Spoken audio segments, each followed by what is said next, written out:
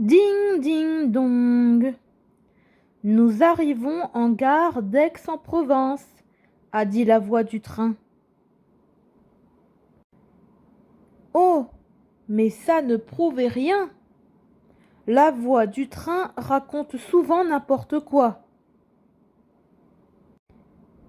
Elle prétend par exemple qu'on peut trouver d'excellents sandwichs au wagon-restaurant.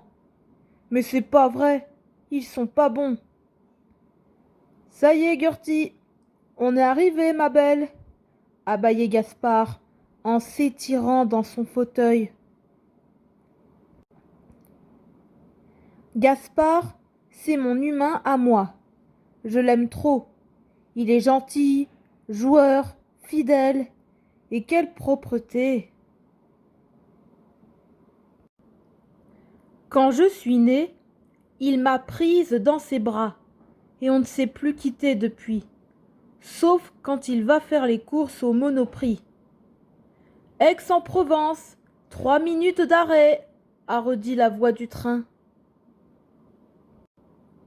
Ça ne prouvait toujours rien.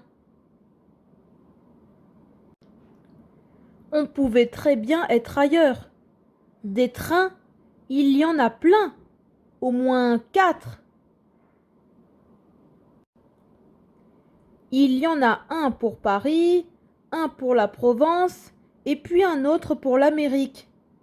Mais celui-là, il vole. Il y a aussi le train pour l'Angleterre, mais il est interdit aux chiens, sauf aux chiens d'aveugles. Mon Gaspard porte des lunettes, mais quand même pas assez pour être aveugle. Peut-être qu'en vieillissant, il deviendra complètement miro, comme Carlos, le caniche de Madame Rastapopoulos. Et alors, ce sera super. Comme ça, on pourra visiter l'Angleterre. Quand le train s'est arrêté, je n'étais toujours pas certaine de notre lieu d'arrivée.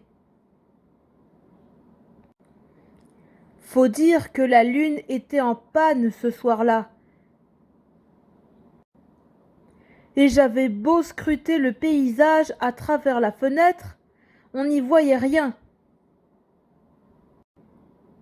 Finalement, les portes se sont écartées en faisant pchit et une bouffée d'air chaud m'a sauté aux moustaches, comme lorsqu'on ouvre le four pour voir si la pizza va bien. Ouf! La voix du train n'avait pas menti. Le vent de la nuit sentait bon le piston, la lavande et les cannellonis.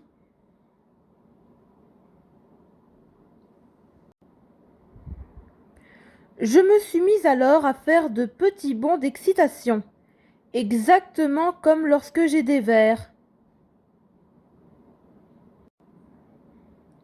D'un bond conquérant, j'ai sauté sur le gué grouillant de bagages à roulettes et de jambes à pied.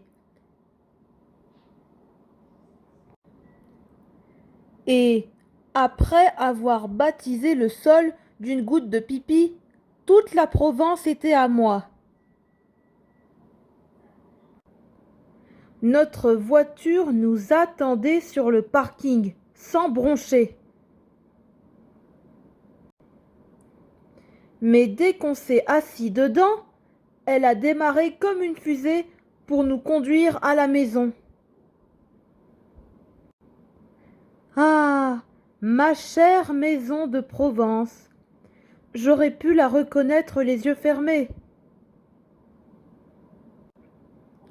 Le vestibule sentait toujours le fenouil, le salon toujours le thym, la cuisine toujours l'andouille et mon panier toujours le chien.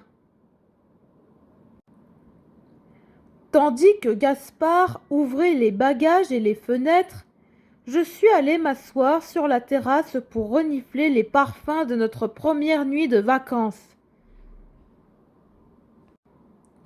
Un fumet d'écureuil planait au-dessus des cyprès. À vue de truffe, j'ai tout de suite reconnu l'énergumène que j'avais tenté d'attraper l'année dernière, et aussi celle d'avant.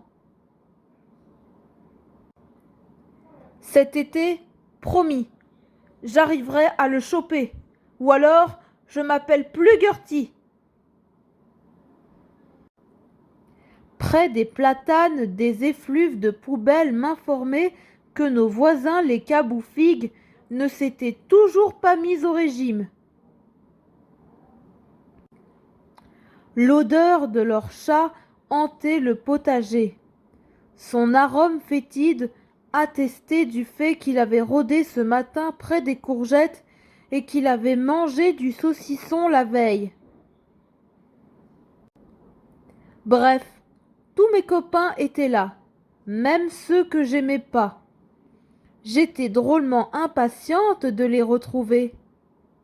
Mais en attendant, je suis allée me coucher. La sieste dans le train m'avait épuisée, et il fallait que je sois en forme pour demain, car j'aurai plein de vacances à faire.